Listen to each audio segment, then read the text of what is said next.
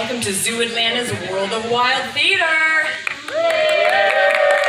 Today's high-flying, action-packed show is presented by Georgia Natural Gas. Now, put your hands together and welcome out your host, Mackenzie!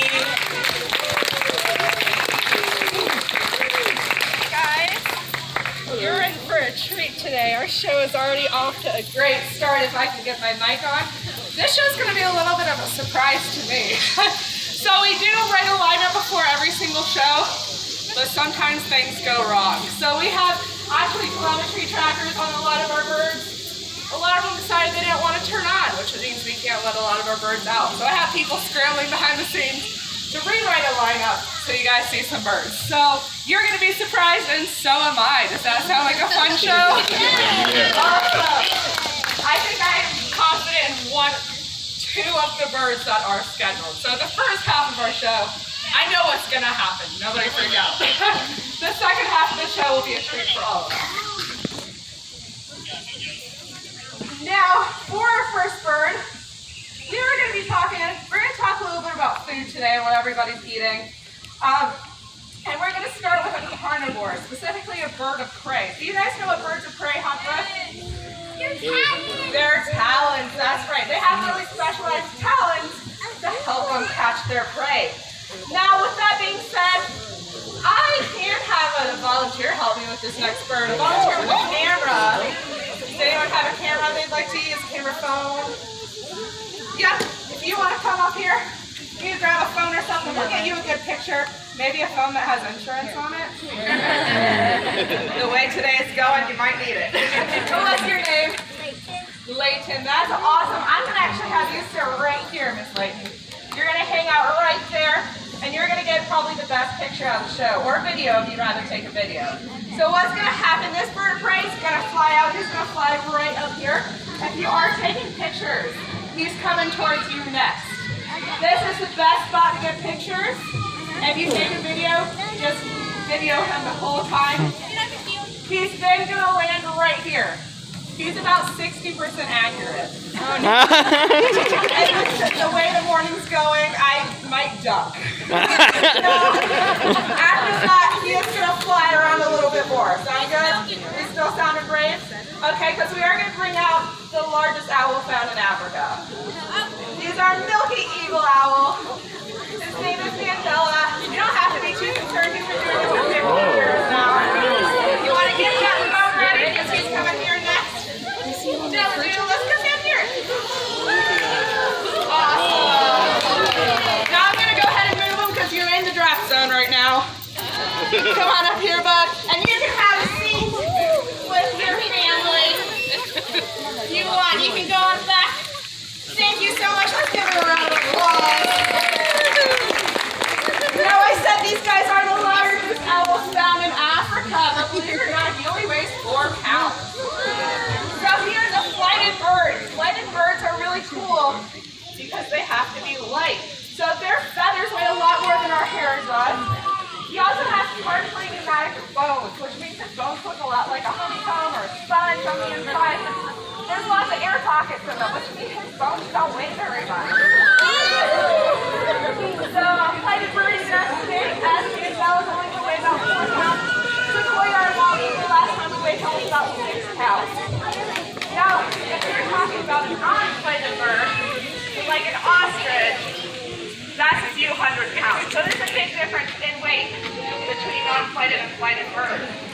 Now, he is a carnivore. Let's talk all about what he's eating. In Africa, these guys are actually called monkey-eating owls. He is large enough and strong enough to pick monkeys out of the treetops. Also one of the only known predators of the African pygmy hedgehog. I confused them, that's my bad. Let's talk about that then. Have you guys heard of wild owl before? Probably. Yes. Not true. As you can tell. Stella, come here. Back out here, bud. You're not quite done. So his eyes are actually shaped like light bulbs. The part you see is the smallest part of the bulb, the part you screw into the socket. The actual bulb part of that light bulb is inside of his skull, taking up about 65% of the space. So there isn't a lot of space for anything else. including a brain. So today he is eating chicken breast and mouse. Now he also doesn't have room for muscle attachments to those eyes. Hey Bella, come here.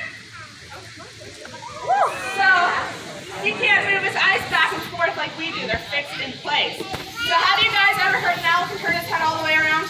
Yes. They can one time. That's it. They can regularly turn their head 270 degrees, which is them looking over one shoulder and keeping to turn their head so they're looking over that opposite shoulder.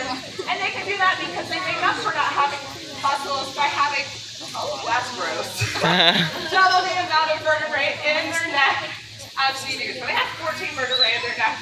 We only have 7. Okay, you can go home now, buddy. It's your turn to go home. There we go. And that's the owl.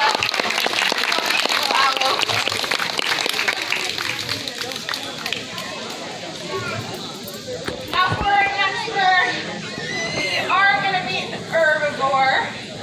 And we're going to move to Indonesia for this one. Now, we are going to be bringing out a parrot species. If I can get my mic to function with me now. You sit there.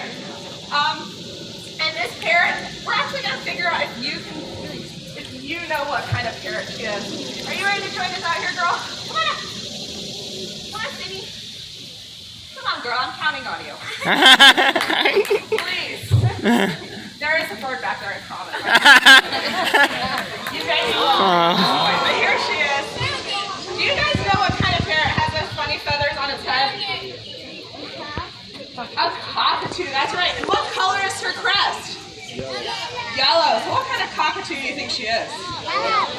A yellow-crested cockatoo. Good job. Scientists are not creative when it comes to naming parrots in particular. Now, she has lots of cool adaptations that she's going to be using to help her get to her food. First of all, she's got those wonderful feet of hers. Miss Sydney has zygodactyl feet. Can you guys say zygodactyl? Really big word. You guys don't have to remember it past that point. All it means is she's got 2 toes that point forward and 2 toes that point backwards. That makes her really, really good at gripping things, like my hand in this case, branches, or her food. Do you guys see how she's bringing her food up to her mouth, like you guys bring your chicken fingers up to your mouth? Scientists actually think parrots are some of the only birds that can bring food up to their mouth instead of having to bend over for it. That's actually a pretty important adaptation. Parrots are prey species, meaning they need to keep an eye out for predators. Let me a little quick for you. Now, in order to do that, they need to be standing up most of the time. If you bend over to get your food and you're tearing up food, you've taken your eyes off your surroundings. With her being able to hold her food up to her mouth, she always knows what's going on. Now, that crest that she has, can we show it off again? Crest. That is actually an important way of communication for her. So if Sydney's really, really excited, like if when she came out here, she's going to throw up her crest and say, hey everyone, I'm really excited. Now if she's really scared, she's also going to throw up that crest to let her flock know there's something in the area you need to watch out for. We do occasionally see it from Sydney. It's usually when there's a fly, right? She does not like flies in her space. Now she is an herbivore, so she's going to be eating a lot of seeds, nuts, fruits, berries, vegetation, maybe even leaves and branches she's going to want to chew on. So she has that awesome beak to help her out with that. Now that beak functions like a nutcracker. It's really, really powerful. Something like a macaw can break a broom handle in half, no problem at all, just with their beak. Now that is really helpful for helping them get into those seeds and nuts, but she also has bones in her tongue. Now she's got something called the hyoid apparatus, which is a group of bones in her tongue to add a little additional strength and to help her line up seeds and nuts where the edges are against her mandible and she can crack into them a lot easier. Now she does, of course, have wings. Can we see your wings now? She's not going to be using those to get around as much as you may assume. Now, if you're in dense vegetation, you don't want to use your wings because then your wings hit into branches that hurts you have wing injuries. So she is going to be using her feet for a lot of her agile moves. Can you turn? Really tight turns like that. And even if she wants to get some food from underneath her, speaking, or foot, we'll go with that, but I want you to. We'll throw out everything but one. There we go. Now you can flip up. She likes to do it in fast motion a lot. But she can't hang upside down. She can even eat that food still hanging upside down if she feels like it. Now what do parrots like to do? Everyone likes to hear. Talk. Talk. Yeah, we tend to call it mimicry here because we don't think they actually know what they're saying back to us. You'll notice that we're giving them very specific cues and they're responding to those cues because they've been trained how to respond to those cues. Isn't that right? Yeah, so that hand to my chest is her cue for bobbing her head. She has no clue what I'm saying right now. But Cindy is also our representation for why you should never get a pet parrot because you think you're going to talk. She actually used to be a pet parrot. Can you tell the hi? Yeah. She said hi, did you hear it? We'll get that down. You never talk with your mouth full. We're going to take her time now. She's like, I'm giving behind the scenes people lots of time to stall. Can you tell if you're a pretty bird? You've just heard her entire vocabulary. She's 27 years old. Parrots only pick up what they find interesting. She does, however, maintain a lot of her squawks and squeals like you would expect to hear from a bird. So we can sometimes work that into fun cues. Do you like Psycho? Yeah. Once again, she has never seen Psycho in her life. It's just funny to us. Now, Sydney, you have been great. We'll let you get that down. Very slowly. I think you're good back there. Her door is opening. Can I have a kiss? Thank you. And then we'll go ahead and send you on back to Indonesia. All the way back that way. I know there's people both directions. There we go. Awesome. Now I know what's happening. Thank you, Arden. So, now we're going to go to South America, and I'm actually going to need 3 adult volunteers for this bird. You up front, you up down. Are you being volunteered or volunteered? Okay, you're the first one. Now let's get someone over here. You in the white tank top. I got it! Has anyone ever told you guys you should not volunteer at the zoo before you know what's coming? You guys are just at this point assuming I know what's happening. I was just handed food, so. How big is it? Like, is it outside? No. We don't have anything human-sized here. You're going to put this cup in your right hand. You're going to stand. You guys are a good length apart. Maybe you move like 1 step this direction, maybe. You guys didn't read the part of the ticket where if anything happens to you, it's not our fault, right? Now you guys are going to hold your arms in front of you. We are all okay with the bird touching us, right? All that's going to happen is she's going to come to me, she's going to jump to you, eat what's in that cup, and head down the path. I'll come get her from you. Sound good? Okay, that's how big she is. She's the largest member of her family. If she did, not too big, but she did not small either. Come on, girl. We're meeting Lupe. I apologize in advance. She was supposed to get a nail trim this morning. That's not happening now, so she's a little pokey. Now, Lupe is a Toko toucan. They are the largest member of the toucan family. And what does she have on her face that's really noticeable? That beak. I know. You guys can go ahead and drop your arms. You guys can stay there. I'm going to show you something else. You see the edge of that beak? We're going to show this after she's off, you guys. It's nice and serrated. Fruit doesn't come chopped in South America. So she's got a nice serrated beak to help her cut through fruit. She is a frugivore. That's mainly what she's going to be eating. Also occasionally insects, but mainly fruit.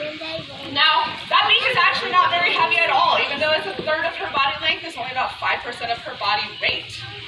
It's hollow for the most part. It's got vascularization in it, which is blood vessels. It's how she controls her body temperature. Bet you never knew a beak could do that, right? So if she's feeling cool, she'll actually tuck that beak underneath her wing to help her warm herself up. If she's feeling too warm, she'll go find a nice pool of water, dip her beak into it. That will cool her body off. So really, really cool. Now, Lupe, you have been great. We unfortunately don't have a ton of food prep for you right now, though, so we're going to go ahead and let you go back to South America. There we go. Thank you so much for my brave volunteers. Let's take those cups now. Hopefully you have some cool pictures. Not every day you get to meet a toucan. Okay, now we have one last bird. And I'm hoping it's the bird who decided he didn't want to work all day yesterday, too. But we're gonna see. I do have a backup. I know the other option at least for this one. So if it is the bird I think it is, and I do see him, we're halfway through the challenge. He is really good at mimicking, so we're going to talk about that with him. You want to come over here? Come on, bird. Maybe? Now, do you want to see me? You want to come see me? So birds also go through something called breeding season. And when that happens, they just don't always want to work. They kind of just want to stand there and flirt with you. Come here, Mary. Come on. Actually, hey, I'm pulling out the big guns. I have a hazelnut in here. If I can find it.